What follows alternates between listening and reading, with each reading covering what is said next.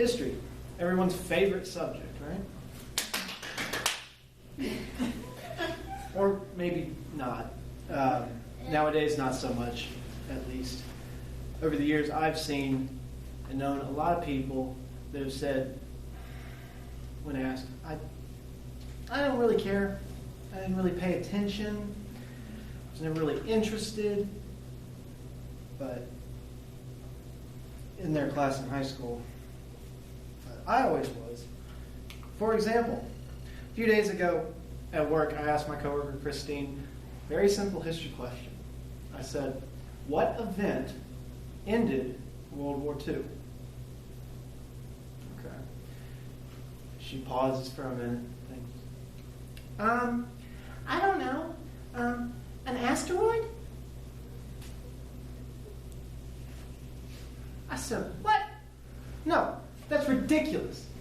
It was the atomic bombing of Hiroshima and Nagasaki, Japan, by the United States.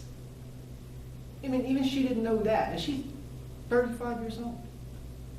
You know, in my opinion, everyone should have learned that, or should know it, as something they learned in their own history class, in at least high school, not earlier. Okay? Anyway, history is a study of events of the past, particularly human affairs and the drama of man. It covers every aspect of our human society around the world to keep us informed citizens of the past.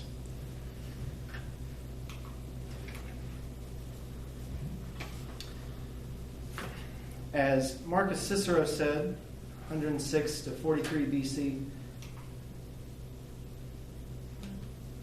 to be ignorant of what occurred before you were born is to remain always a child.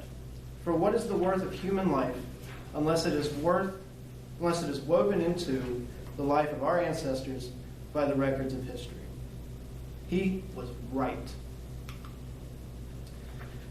For example, remember years ago when you were a teenager and you wanted to go out with your friends.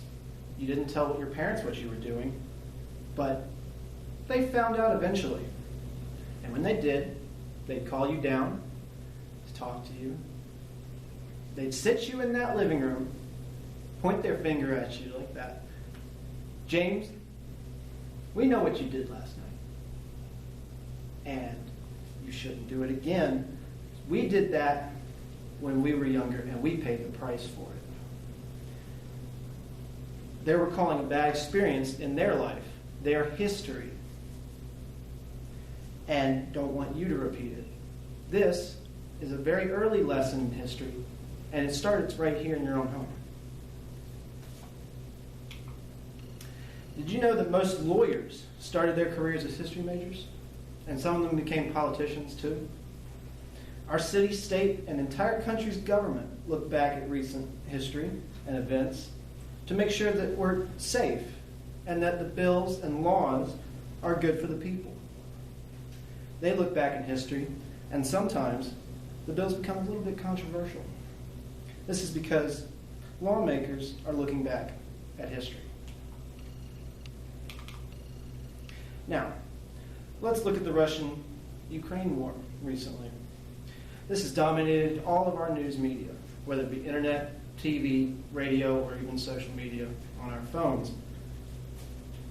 Ask yourself, why does Russia want Ukraine back under their control? One example would be that President Vladimir Putin wants to return Russia to the USSR, where they controlled Ukraine. Okay? Once a communist, always a communist. In an interview in 2005, Vladimir Putin, former KGB agent, said, "The breakdown of the Soviet Union was the greatest geopolitical catastrophe of the century." Furthermore, Ukraine is where the Russian Orthodox Church has its origins. President Putin and the archbishops of Russia would like to turn this back under their rule. And this Easter season is a very important part of the Russian Orthodox Church and for all Eastern Europeans. Easter's fast approaching, and Russia is still not gained control of the Ukraine. Maybe Putin was hoping to unite the Ukraine under Russian rule this Easter, but didn't realize that the people of Ukraine didn't want it. But I doubt that. So, my friends, in conclusion, it is not too late to know the past events in history, not only of your lives, but of the whole world.